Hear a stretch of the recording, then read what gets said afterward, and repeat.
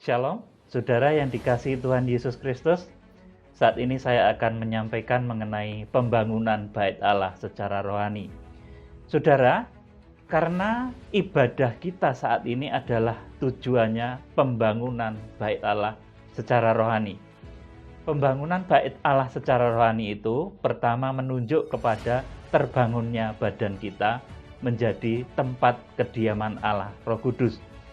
Kemudian yang kedua, menunjuk kepada terbangunnya jemaat-jemaat dari berbagai organisasi gereja yang bersatu, yang disebut sebagai sidang mempelai wanita anak domba Allah. Inilah bait suci Allah yang akan kita bangun. Saudara, kita memang perlu memahami secara detail, saudaraku, bait suci secara lahiriah, seperti yang dulu dibangun oleh Musa yang disebut sebagai tabernakel, saudaraku. Kita harus paham secara detail, saudaraku, dari pintu gerbang sampai dengan tabut perjanjian Allah. Tetapi sasaran dari pembangunan bait suci yang kita akan raih itu bukan terbangunnya bait suci yang lahiriah itu lagi, tetapi adalah terbangunnya badan kita ini yang menjadi seperti bait suci Allah, memenuhi kaidah-kaidah bait suci Allah. Karena kita juga dicipta menurut gambar dan rupa Allah. Di dalam kitab Kejadian dituliskan seperti itu. Saudara, maka kemudian yang harus kita bangun ini adalah tubuh yang menjadi bait suci Allah. Saudara, bahkan suatu ketika di dalam Yohanes 2 pasal 19 sampai 21 tentang bait suci Allah yang jasmani yang dahulu dibangun Raja Salomo, bait suci Salomo, saudaraku, kemudian dirobohkan, kemudian dibangun lagi zaman Zerubabel, kemudian saudaraku direhab oleh Raja Herodes Agung pada zaman Tuhan Yesus Kristus. Saudaraku, itu kemudian oleh Tuhan katakan bahwa bait Allah yang jasmani itu harus dirombak. Ayo kita baca di dalam Yohanes pasal 2 ayat 19 sampai 21. Jawab Yesus kepada mereka, "Rombak bait Allah ini dan dalam 3 hari aku akan mendirikannya kembali." Lalu kata orang Yahudi kepadanya, 46 tahun orang mendirikan bait Allah ini dan engkau dapat membangunnya dalam 3 hari? Tetapi yang dimaksudkannya dengan bait Allah ialah tubuhnya sendiri. Amin, saudaraku. Di sini Tuhan menyatakan dengan tegas bahwa bait suci yang lahiriah, saudaraku, yang dikenal pada saat itu dengan bait suci agung yang didirikan, yang direhab oleh Herodes Agung, bait suci yang direhab secara megah oleh Herodes Agung, saudaraku, itu oleh Tuhan Yesus katakan, rombak bait Allah ini dan dalam 3 hari aku akan mendirikannya kembali.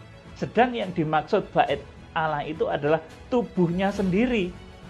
Kalau pada saat itu perkataan ini belum bisa ditangkap oleh orang pada saat itu, saudaraku, tetapi kepada jemaat akhir zaman kita tahu bahwa tubuh Tuhan itu adalah gereja yang bersatu, yaitu terbentuknya jemaat-jemaat yang suci, kudus, bersatu dari berbagai suku, bangsa, bahasa, dari berbagai macam organisasi gereja. Itulah tubuh Tuhan Yesus Kristus yang nanti akan lahir di dalam Wahyu pasal 12 ayat yang kelima. Maka wanita itu melahirkan seorang laki-laki, seorang anak laki-laki yang akan menggembalakan segala bangsa dengan gada besi. Saudaraku yang dikasihi Tuhan Yesus, jadi bait Allah secara lahiriah ini bukan lagi menjadi sasaran kita. Sebab kalau kita mengarahkan ibadah kita, bahkan sistem ibadah kita ini kembali untuk membangun bait suci yang lahiriah itu, maka secara mutlak juga kita akan melakukan hukum Taurat. Saudara perhatikan baik-baik. Jadi kalau kita kembali membangun bait suci Allah yang lahiriah ini, pasti kita akan menegakkan kembali aturan-aturan hukum Taurat. Kalau di Israel akan dibangun lagi bait Allah secara lahiriah, saudaraku, pasti nanti akan ditegakkan lagi aturan-aturan hukum Taurat. Saklek seperti zaman dahulu kala. Saudaraku, padahal di dalam Yohanes pasal 2 ayat 19 sampai 21 ini Tuhan sudah memberikan satu isyarat bahwa yang dimaksud bait suci Allah itu bukan bangunan gedung lahiriah bait suci yang dibangun zaman Zerubabel itu, yang direhab oleh Herodes Agung sedemikian luar biasa mewahnya itu. Saudaraku, Tuhan katakan kepada bait suci yang seperti itu, saudaraku, rombak bait Allah ini dan dalam 3 hari aku akan mendirikannya kembali. Yang dimaksud dengan bait Allah itu adalah tubuh Tuhan sendiri. Artinya jemaat gereja yang bersatu dari segala bangsa, suku, dan bahasa. Sekali lagi, kalau seseorang itu fokus ibadahnya kembali kepada hukum Taurat, saudaraku, kemudian saudaraku, dengan sistem ibadah bait suci pada zaman Taurat, hari-hari raya seperti zaman Taurat, memperingati hari-hari besar seperti zaman-zaman Taurat, liturgi-liturgi seperti zaman Taurat, saudaraku, itu artinya malah kita akan kembali kepada masa sebelum Tuhan Yesus Kristus. Saudaraku, padahal kedatangan Tuhan Yesus Kristus ini adalah untuk menyempurnakan, untuk menggenapi hukum Taurat. Saudaraku yang dikasihi Tuhan, jadi kalau kita kembali lagi kepada hukum Taurat, saudaraku, ini artinya justru kita nanti tidak membangun apa yang direncanakan oleh Tuhan Yesus Kristus. Saudaraku yang dikasihi Tuhan, di sini dikatakan rombak bait Allah ini dan dalam 3 hari aku akan mendirikannya kembali. Saudara, saya akan memberitahu saudara bahwa bait Allah yang dimaksud itu adalah pertama menunjuk kepada tubuh kita yang menjadi bait suci Allah. Kemudian yang kedua menunjuk kepada tubuh Kristus, yaitu orang-orang Kristen yang menerima Tuhan Yesus Kristus yang bersatu dari segala bangsa, suku, bahasa, dan juga bangsa Israel. Saudaraku, 1 Korintus 3 ayat 16 dan 17 saya akan bacakan. Tidak tahukah kamu bahwa kamu adalah bait Allah dan bahwa roh Allah diam di dalam kamu? Jika ada orang yang membinasakan bait Allah, maka Allah akan membinasakan dia, sebab bait Allah adalah kudus dan bait Allah itu ialah kamu. Saudara yang dikasihi Tuhan, jadi yang dimaksud bait Allah ini sesungguhnya adalah pertama badan kita yang harus menjadi baik, benar saudaraku, sesuai dengan teladan surga menurut gambar dan rupa Allah. Kita mengembalikan citra Allah di dalam tubuh kita ini. Badan kita menjadi tempat kediaman Allah Roh Kudus. Saudaraku, itu yang dikehendaki Tuhan Yesus, saudaraku, bukan terbangunnya kembali sistem ibadah pada zaman Taurat dengan bait sucinya yang megah, bait suci Salomo, bait suci zaman Zerubabel. Bahkan saudaraku, karena bait suci zaman Zerubabel itu saudaraku sudah direhab juga oleh Herodes Agung pada zaman Tuhan Yesus, atau tepatnya kurang lebih tahun 17 sebelum Masehi, saudaraku. Kemudian dirobohkan pada tahun 70 Masehi, saudaraku. Bait suci yang begitu megah itu dirobohkan oleh jenderal itu, saudaraku. Itu bait Allah yang seperti itu bukan lagi merupakan satu tujuan ibadah kita.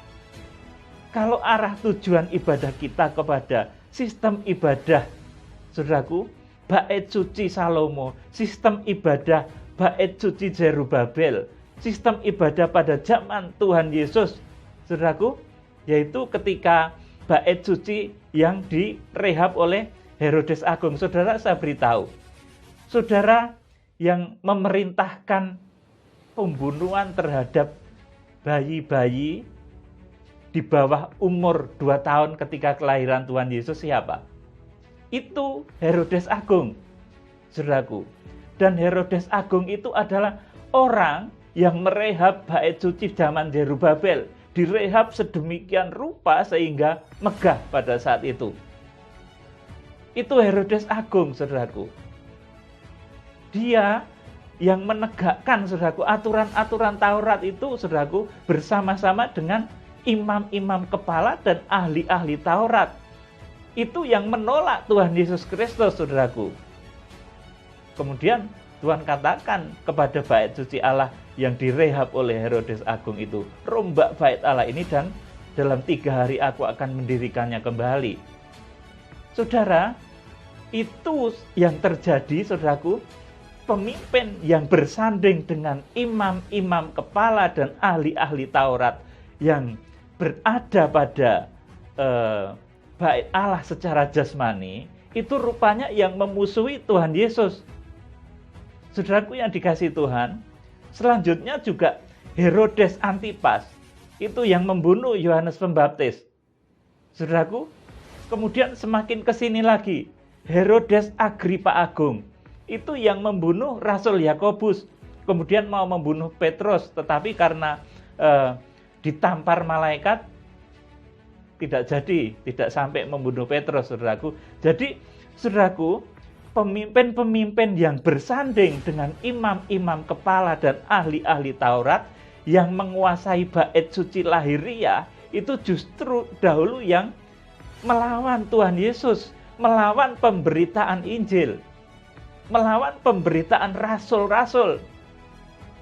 Saudaraku yang dikasih Tuhan, perhatikan baik-baik. Jadi nanti kalau bait suci Allah secara lahiriah ini dibangun lagi, kemudian liturginya dijalankan kembali, saudara, ini bukan merupakan visi kekristenan akhir zaman. Saya beritahu saudara, ini merupakan arus lahiriah yang akan terjadi sebagai kegenapan zaman, tetapi itu bukan merupakan tujuan kita.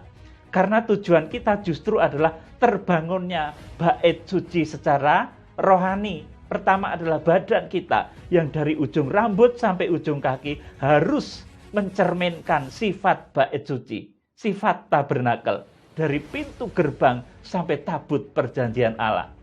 Saudara, yang kedua, kita akan membangun bait suci Allah yang sejati, sidang mempelai wanita anak domba Allah, gereja yang bersatu dari segala bangsa, suku, bahasa. Saudara, itu yang menerima Tuhan Yesus Kristus, itu akhirnya membangun tubuh yang menjadi bait suci Allah. 1 Korintus 3 ayat 16 dan 17. Tidak tahukah kamu bahwa kamu adalah bait Allah dan bahwa roh Allah diam di dalam kamu. Jadi orang yang menerima Tuhan Yesus Kristus, itu dia akan mengarahkan ibadahnya, dia akan mengarahkan rohnya untuk satu pembangunan bait Allah yang rohani. Bukan lagi pembangunan bait Allah yang jasmani, yang seperti dibangun oleh Salomo zaman Zerubabel, yang direhab oleh Herodes Agung, tidak lagi tertuju kepada itu. Sebab kalau itu nanti yang dilakukan, nanti liturgi dari hukum Taurat dijalankan lagi, saudaraku, saya yakin justru nanti yang akan timbul adalah roh-roh yang dahulu pernah menyengsarakan Tuhan Yesus Kristus, bahkan mengancam Tuhan Yesus Kristus sejak lahir, saudaraku. Itu rohnya Herodes, saudaraku. Kemudian yang membunuh Yohanes Pembaptis, saudaraku, itu Herodes juga. Herodes Antipas, saudaraku, itu orang yang bersanding juga dengan ahli kitab dan imam-imam kepala. Yang membunuh Rasul Yakobus, saudaraku, itu juga Herodes Agripa Agung, saudaraku. Itu orang yang menjunjung tinggi adat istiadat Yahudi. Saudaraku, Herodes Agripa Agung itu, saudaraku, seorang raja yang mencoba menegakkan aturan adat istiadat Yahudi. Saudaraku yang dikasih Tuhan, jadi arah ibadah kita jangan ke sana ya saudaraku. Ada karena bangsa Israel merayakan apa, kita ikut-ikutan, saudaraku. Ya kita ambil secara rohaninya, karena kita akan membangun bait Allah secara rohani. Kita harus paham secara detail mengenai bait suci secara lahiriah yang namanya tabernakel. Miniatur dari bait suci, miniatur surga itu namanya tabernakel. Dahulu dibangun oleh Musa. Kita harus tahu persis itu. Dan tabernakel itu, saudaraku, adalah badan kita. Roh Kudus itu bertabernakel di badan kita sekarang, saudaraku. Jadi yang harus kita bangun menjadi bait suci Allah ini adalah tubuh kita yang menjadi bait suci Allah. Saudara, sekali lagi saya sampaikan kepada saudara, kalau fokus ibadah seseorang itu arahnya adalah terbangunnya bait suci kembali, bait suci yang dahulu dirobohkan Jenderal Titus itu, saudaraku, kemudian ingin menegakkan lagi liturgi peribadatan hukum Taurat, saudaraku, itu justru nanti akan melahirkan orang-orang, saudaraku, yang melawan Tuhan Yesus Kristus. Saudaraku, melainkan yang harus kita bangun sekarang saat ini adalah tubuh yang menjadi bait suci Allah. Tuhan berkata kepada orang-orang pada saat itu, saudaraku, rombak bait Allah ini, bait Allah yang jasmani itu rombak, pengertian tentang itu. Dan dalam 3 hari aku akan mendirikannya kembali. Yang dimaksud oleh Tuhan adalah tubuhnya sendiri, saudaraku, yaitu terbangunnya jemaatnya yang menjadi bait suci Allah. Teristimewa nanti menunjuk kepada terbangunnya sidang mempelai wanita anak domba Allah. Saudaraku yang dikasihi Tuhan, jadi bait suci yang harus kita bangun itu adalah bait suci secara rohani, saudara. Dan yang menjadi imam besar, pemimpin bait Allah rohani itu adalah Tuhan Yesus Kristus. Perhatikan baik-baik. Tuhan Yesus Kristus itu datang, saudaraku. Tuhan Yesus Kristus itu dia datang untuk menjadi imam besar di bait Allah rohani. Saudara, Ibrani pasal 8 ayat 1 dan 2. Saudaraku, inti segala yang kita bicarakan itu ialah kita mempunyai imam besar yang demikian, yang duduk di sebelah kanan tahta yang maha besar di surga, dan yang melayani ibadah di tempat kudus, yaitu di dalam kemah sejati yang didirikan oleh Tuhan, bukan oleh manusia. Amin. Saudaraku, jadi Tuhan Yesus Kristus itu adalah imam besar agung, saudaraku, yang memimpin kita di dalam pembangunan bait Allah secara rohani. Di sini dikatakan inti dari segala yang kita bicarakan itu ialah kita mempunyai imam besar yang demikian, yang duduk di sebelah kanan tahta yang maha besar di surga, dan yang melayani ibadah di tempat kudus, yaitu di dalam kemah sejati yang didirikan oleh Tuhan, bukan oleh manusia. Saudara, nanti juga kedatangan Tuhan Yesus Kristus yang kedua nanti, yang segera akan kita sambut, saudaraku, melalui kegerakan kitab Wahyu, melalui penyatuan gereja-gereja di akhir zaman. Itu Tuhan Yesus tidak akan mendatangi bait Allah yang dibikin oleh manusia, yang terbuat oleh manusia, dibuat dengan emas, perak, kayu penaga, kemudian juga, saudaraku, batu-batuan yang indah. Tuhan tidak akan datang mengunjungi bait Allah yang jasmani itu. Tetapi Tuhan akan datang untuk menjemput bait Allah yang rohani, yaitu sidang mempelai wanita anak domba Allah. Saudaraku yang dikasihi Tuhan, karena ibadah Taurat, kalau saudara saya beritahu, ini sesuai dengan apa yang dikatakan oleh Alkitab, ibadah Taurat itu merupakan ibadah, merupakan peraturan dari bapak kepada anaknya. Saudaraku, jadi di sana aturannya itu keras-keras, ya saudaraku, harus begini, saudaraku, yang dikenal dengan 10 hukum Taurat, kemudian dikembangkan di dalam imamat, itu saudaraku, di dalam pelayanan sistem Taurat itu, saudaraku, menjadi berbagai macam aturan, banyak aturan sekali, saudaraku.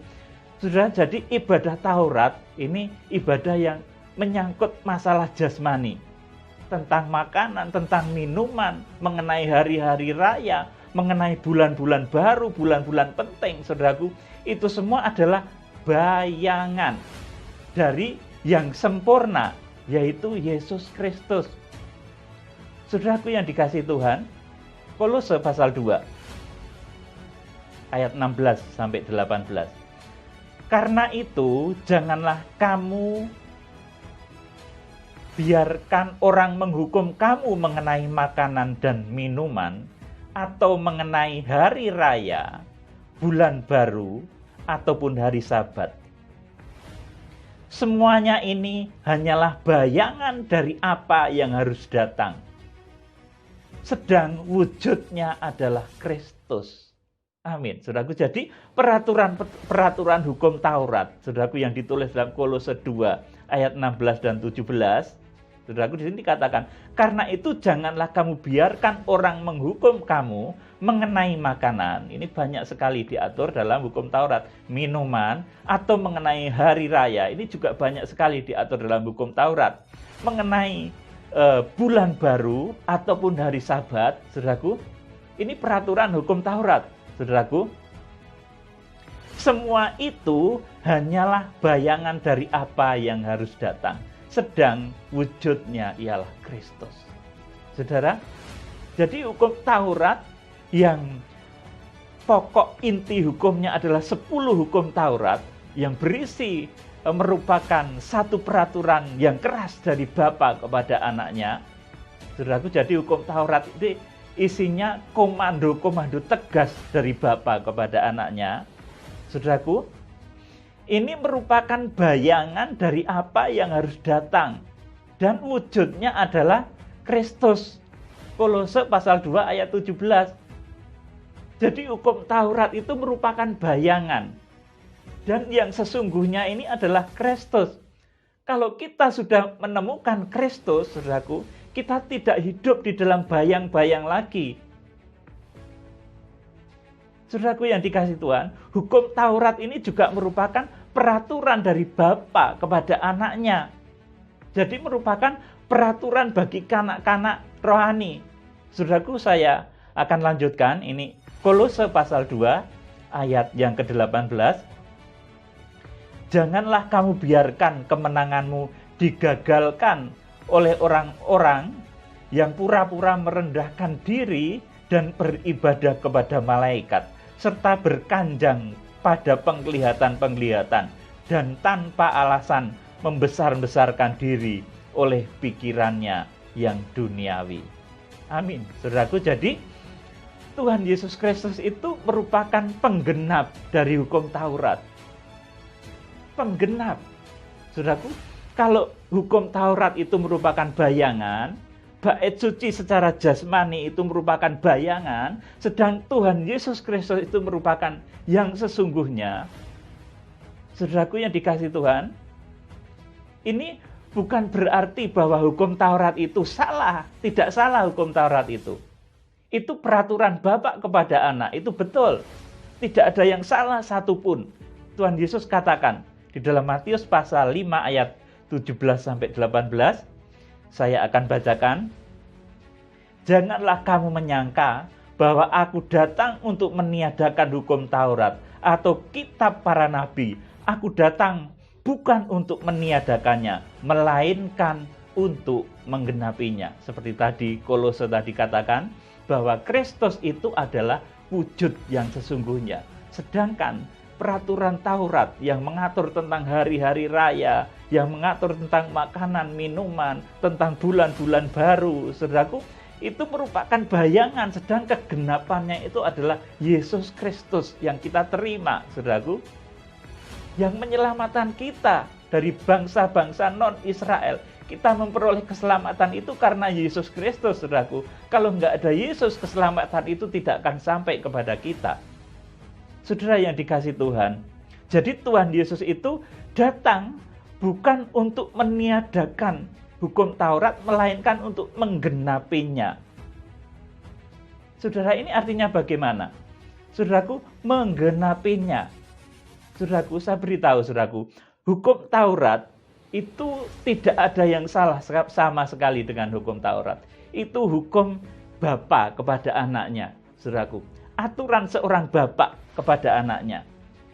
Saudara yang dikasihi Tuhan, jadi kalau bapak kepada anaknya itu, saudaraku, aturannya keras, saudaraku. Kepada seorang anak kecil yang imannya belum dewasa, itu aturannya keras. Jadi hukum Taurat itu merupakan hukum jasmani yang mengatur, saudaraku, kehidupan dari orang-orang yang rohaninya, saudaraku, dikatakan masih kanak-kanak, saudaraku.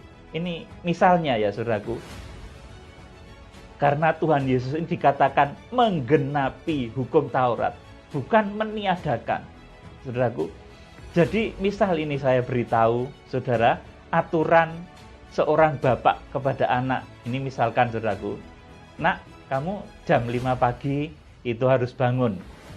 Kemudian nanti harus mandi. Kemudian sarapan. Kemudian jam 7 tepat kamu harus sampai di sekolahan. Kemudian nanti kalau pulang ya, jangan mampir-mampir, langsung ke rumah. Terus nanti kalau sudah makan di rumah, istirahat, tidur ya nak. Kemudian jam 3 sore nanti bantu-bantu papa mama. Kemudian jam 7 malam kamu harus belajar. Kemudian jam 21 atau jam 9 malam kamu boleh tidur. Saudaraku, kemudian juga aturan-aturan itu banyak lagi, saudaraku. Nah, nanti di sekolah kamu jangan mengambil barangnya milik temanmu ya. Kamu jangan berkelahi di sekolahan. Nah, kamu saya beri uang saku ya, 10.000. Nanti yang 1.000 ditabung. Kalau kamu rajin menabung, nanti papa tambah lagi uang sakumu. Itu aturan bapak kepadanya. Seperti begitu itu, saudaraku. Keras, tegas, saudaraku. Tetapi, misalkan saudaraku ini, kalau kamu tidak rajin menabung, papa nggak kasih tambah uang saku. Atau kalau prestasimu nanti jelek, papa nggak kasih lagi fasilitas yang lebih baik. Papa tidak tambah uang sakumu. Saudaraku, ini aturan bapak kepada anak. Itu sedemikian keras. Itu hukum Taurat. Dan itu tidak tepat diterapkan kepada orang yang dewasa rohani. Di mana di akhir zaman ini, saudaraku, ini Tuhan tampil sebagai mempelai pria. Dan gereja, saudaraku, jemaat, ini dianggap oleh Tuhan, saudaraku, di dalam bahasa Alkitab ini menjadi mempelai wanita anak domba Allah.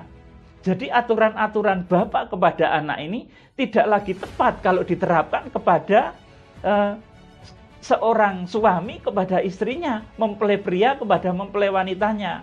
Itu nggak akan tepat, sudah keliru. Nggak akan tepat, bukan berarti aturan itu salah, tidak, saudaraku. Tapi kalau kita kembali lagi kepada aturan itu, artinya kita menjadi kanak-kanak lagi. Misalnya kepada istrinya, "Ma, kamu harus bangun ya jam 5. Nanti jam 7 sarapan, jangan lupa. Jam 7 nanti kamu harus begini. Jam 12 siang, nanti papa pulang sebentar, siapkan makanan. Kemudian, mama harus rajin menabung ya. Kalau nggak rajin menabung, nanti nggak tak kasih duit." Saudaraku, bagaimana gitu, saudaraku? Kemudian, saudaraku, ada hal-hal lain lagi, saudaraku, yang lebih nanti kalau diterangkan semakin jelas, saudaraku, bahwa hukum Taurat itu memang tidak salah, tetapi itu hukum dan aturan dari Allah yang tampil sebagai Bapa kepada anak-anaknya. Nggak ada yang salah dengan hukum Taurat itu, saudaraku. Nggak ada yang salah. Itu aturan yang benar dari seorang Bapa kepada anaknya. Tetapi saat ini kita ini dilatih, diproyeksikan, direncanakan oleh Tuhan menjadi mempelai wanita anak domba Allah. Saudara, kalau kita kembali lagi kepada hukum Taurat, saudara, itu artinya kita justru flashback, saudara, kita kembali menjadi kanak-kanak rohani. Memelihara hari-hari besar, memelihara, saudaraku, tentang makanan, minuman yang nggak boleh, yang haram, yang tidak haram, dan lain sebagainya. Itu bukan aturan kasih, saudaraku. Saudara yang dikasih Tuhan, jadi seperti tadi saya katakan, kalau seorang suami mengatur sedemikian rupa istrinya itu seperti mengatur anak kecil, itu keliru, saudaraku. Tidak tepat. Bukan aturannya yang salah, tapi penerapan waktunya yang tidak tepat, saudaraku.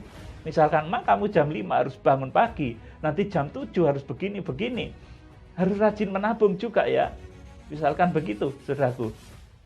Saudara yang dikasih Tuhan, bahkan saya beritahu saudara, kepada mempelai wanita, saudaraku. Kalau kepada anak-anak itu ada hal yang masih tabu, saudaraku. Tetapi kepada mempelai wanita semuanya terbuka. Tidak ada hal yang tabu lagi. Saudara yang dikasihi Tuhan, kepada Daniel, saudaraku, kepada nabi-nabi terdahulu, banyak rahasia yang saat ini belum terbuka, saudaraku. Tetapi saat ini rahasia tentang akhir zaman sudah mulai terbuka dengan sangat jelas dan luar biasa. Saudaraku, ini rahasia mempelai. Saudaraku, Daniel waktu bertanya pada Tuhan, Tuhan ini apa toh ya? Hari berbahagialah orang-orang yang menunggu sampai 1290 hari. Berbahagialah ia yang menunggu-nunggu sampai dengan 1330 hari. Saudaraku, itu Daniel bingung waktu itu, ini apa ini artinya, saudaraku. Tapi kalau kita menyimak pemberitaan firman yang sekarang sudah dibukakan oleh kuasa Roh Kudus, saudara bisa simak, saudaraku, di dalam link saya, saudaraku, mengenai hari-hari itu, saudaraku, saudara akan paham betapa kitab Wahyu itu sedemikian dahsyat luar biasa. Itu rahasia mempelai. Saudara yang dikasihi Tuhan Yesus Kristus. Jadi, hukum Taurat itu adalah baik, benar, dan kudus. Tapi itu tidak tepat kalau diterapkan sekarang. Hukum Taurat itu hukum yang mengatur, saudaraku, anak. Hukum yang mengatur, saudaraku, hubungan antara bapa kepada anak. Saudaraku, sementara hukum kasih itu adalah hukum yang mengatur antara mempelai pria dengan mempelai wanita. Itu hukumnya namanya hukum kasih, saudaraku. Dan itu tercerminnya mulai dari keempat Injil sampai dengan kitab Wahyu itu semua hukum kasih. Saudara, kalau di dalam perjanjian lama, saudaraku, di dalam hukum Taurat, persembahan-persembahan itu ditentukan jumlahnya, saudaraku. Tetapi dalam perjanjian baru, saudaraku, tidak ditentukan. Tetapi Tuhan katakan, saudaraku, melalui ilham Roh Kudus yang ditulis oleh Paulus, barang siapa menabur banyak, ia akan menuai banyak. Artinya, saudaraku, ini bahasa kasih. Kalau kamu ingin diberkati Tuhan luar biasa, saudaraku, ya menaburlah yang banyak.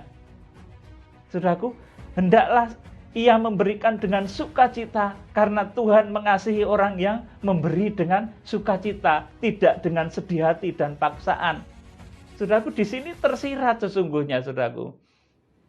Tersirat kalau seseorang itu bisa melebihi apa yang ditentukan oleh hukum Taurat. Kalau dulu karena kepada seorang anak ya harus ditentukan, saudaraku, begini, saudaraku. Seperti saya kepada anak saya, nak, kamu tabung ya duitnya, saudaraku, ini karena anak saya masih SMP ya, saudaraku, ditabung duitnya supaya nanti Bapak kasih kamu rutin uang saku untuk sekolah dan lain sebagainya, begitu, saudaraku. Ini perintah Bapak kepada anak. Tetapi perintah seorang mempelai pria kepada mempelai wanitanya tidak akan begitu, saudaraku. Ini beda, saudaraku. Bahkan semua dikasih juga boleh, saudaraku. Jadi luar biasa sekali. Saudara yang dikasihi Tuhan Yesus Kristus, jadi aturan hukum Taurat itu baik, benar, dan kudus. Tetapi itu tidak cocok banget bila diterapkan dari seorang mempelai pria surga, Tuhan Yesus Kristus, kepada mempelai wanitanya. Tuhan akhirnya memberikan hukum kasih. Di dalam kesempurnaan hukum Taurat itu namanya kasih. Kasih itu lebih baik dari hukum Taurat. Kasih itu lebih tinggi dari hukum Taurat. Kasih itu menyempurnakan hukum Taurat. Kalau orang memiliki kasih, dia pasti melakukan hukum Taurat itu bahkan lebih. Saudaraku yang dikasihi Tuhan, jadi Tuhan katakan di dalam ayat selanjutnya, barang siapa yang hidup keagamaannya tidak lebih baik dari ahli-ahli Taurat itu, dia tidak akan mewarisi kerajaan surga. Saudaraku, karena ibadah sistem Taurat tadi, saudaraku, yang pusat ibadahnya adalah bait suci lahiriah, saudaraku, itu aturan-aturan dari bapak kepada anaknya yang mengenai aturan-aturan jasmani, saudaraku, itu baik, benar, dan suci. Tetapi itu sudah kurang tepat kalau diterapkan untuk seorang suami mempelai pria kepada mempelai wanitanya. Saudaraku, jadi ini yang harus dipahami. Jadi Tuhan katakan bahwa dia datang untuk menggenapi, itu artinya bukan untuk meniadakan. Hukum Taurat itu benar, baik, dan kudus, saudaraku, tetapi digenapi dengan kasih Kristus, saudaraku, menjadi sempurna akhirnya, saudaraku. Dan orang bisa melakukan segala sesuatu lebih baik daripada orang-orang yang melakukan hukum Taurat.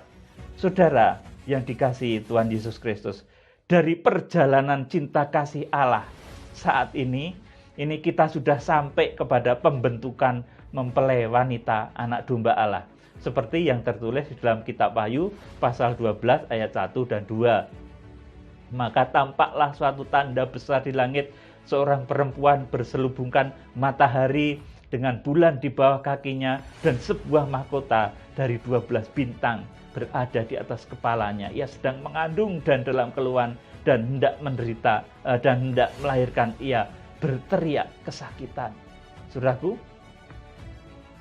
dan bait suci Allah ini juga menunjuk kepada mempelai wanita anak domba Allah, saudaraku, yang tertulis di dalam Wahyu pasal 21 ayat 2 dan 3 dan ayat 9 dan 10. Saudara, saya akan bacakan Wahyu pasal 21 ayat 2 dan 3. Dan aku melihat kota yang kudus, Yerusalem yang baru, turun dari surga, dari Allah, yang berhias bagaikan pengantin perempuan yang berdandan untuk suaminya. Lalu aku mendengar suara yang nyaring dari tahta itu berkata, lihatlah, kemah Allah ada di tengah-tengah manusia, dan ia akan diam bersama-sama dengan mereka. Mereka akan menjadi umatnya, dan ia akan menjadi Allah mereka. Amin, saudaraku. Ini bait suci yang sesungguhnya itu sidang mempelai wanita anak domba Allah. Saudaraku yang dikasihi Tuhan, yang berhias bagaikan pengantin perempuan yang berdandan untuk suaminya. Ini bait suci Allah rohani yang sejati yang kita bangun. Yang sekarang wujudnya secara mikro ini adalah badan kita ini. Kemudian secara makronya nanti adalah sidang jemaat mempelai wanita anak domba Allah, yaitu orang-orang yang percaya dari segala bangsa, suku, bahasa, dari berbagai organisasi gereja yang bersatu. Dan nanti hakikatnya adalah Wahyu pasal 21 ayat 2 dan 3 dan ayat 9 dan 10 ini. Saya lanjutkan ayat 9 dan 10 dari Wahyu pasal 21. Hakikat dari bait suci yang akan kita bangun, yang saat ini sedang mulai kita bangun. Wahyu 21 ayat 9. Maka datanglah seorang dari ketujuh malaikat yang memegang ketujuh cawan yang penuh dengan ketujuh malapetaka terakhir itu.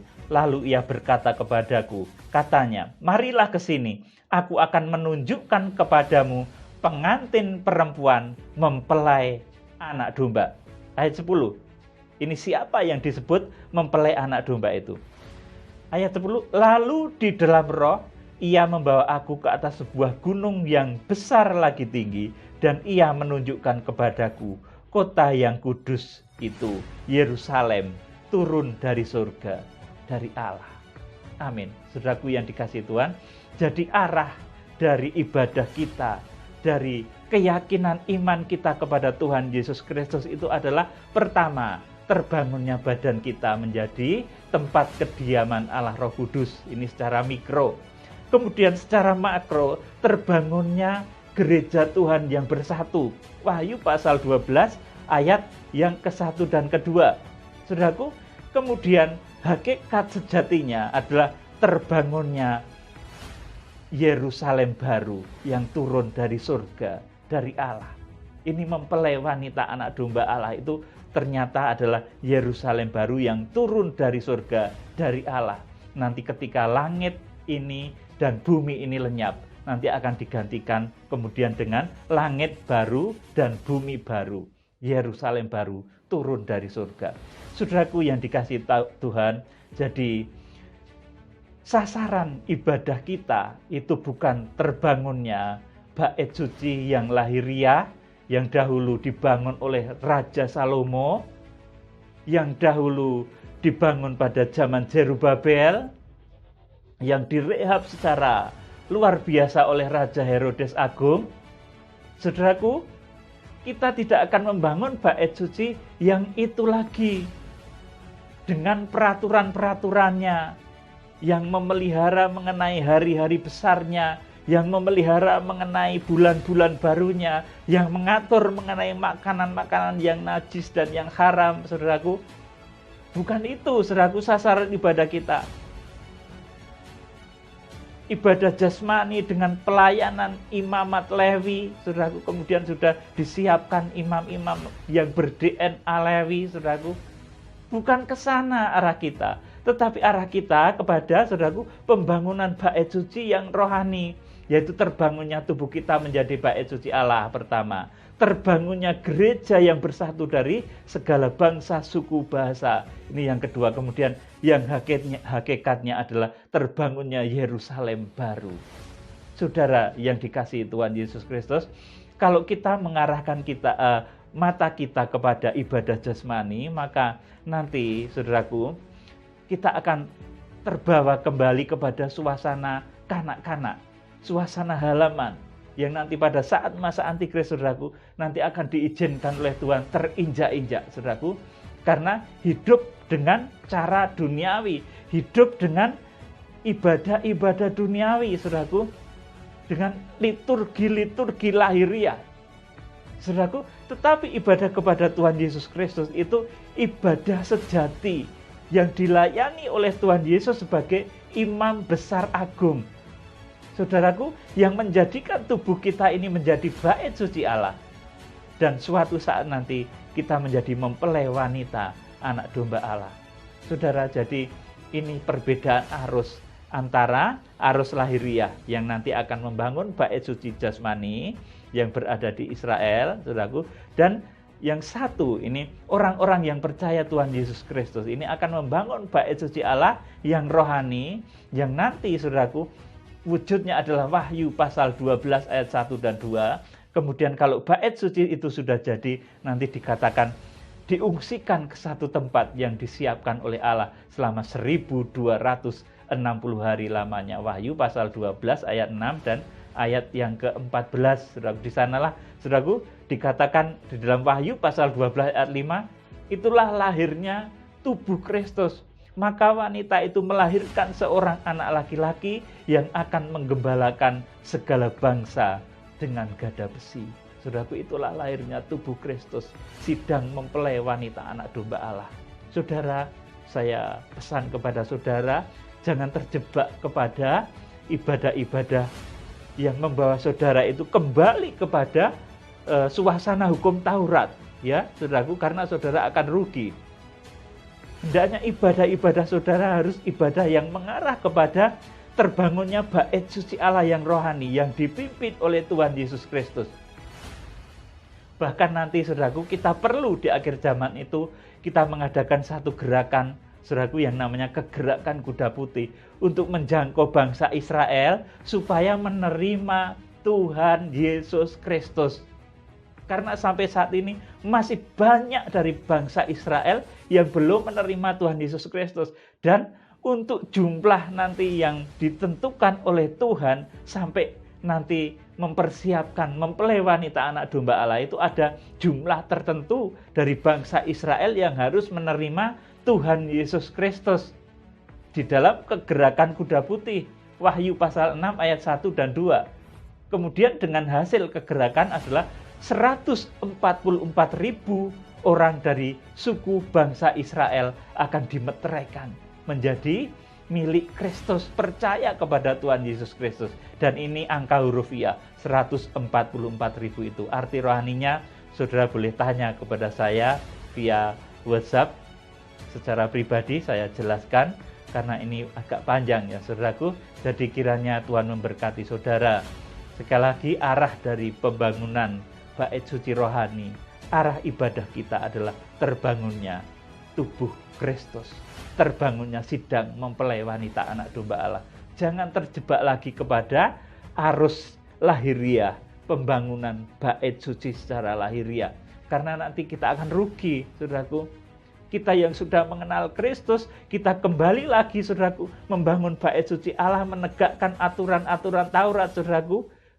tepat seperti dahulu saudaraku, yang Tuhan sudah katakan, rombak bait Allah ini dan dalam 3 hari aku akan mendirikannya kembali. Kalau kita nanti saudaraku, kita melakukan apa yang seperti dilakukan oleh imam-imam kepala, ahli-ahli Taurat, itu nanti kita menjadi keliru. Bahkan kita nanti bertentangan dengan Tuhan Yesus. Karena yang Tuhan kehendaki adalah tubuh kita yang menjadi bait suci Allah.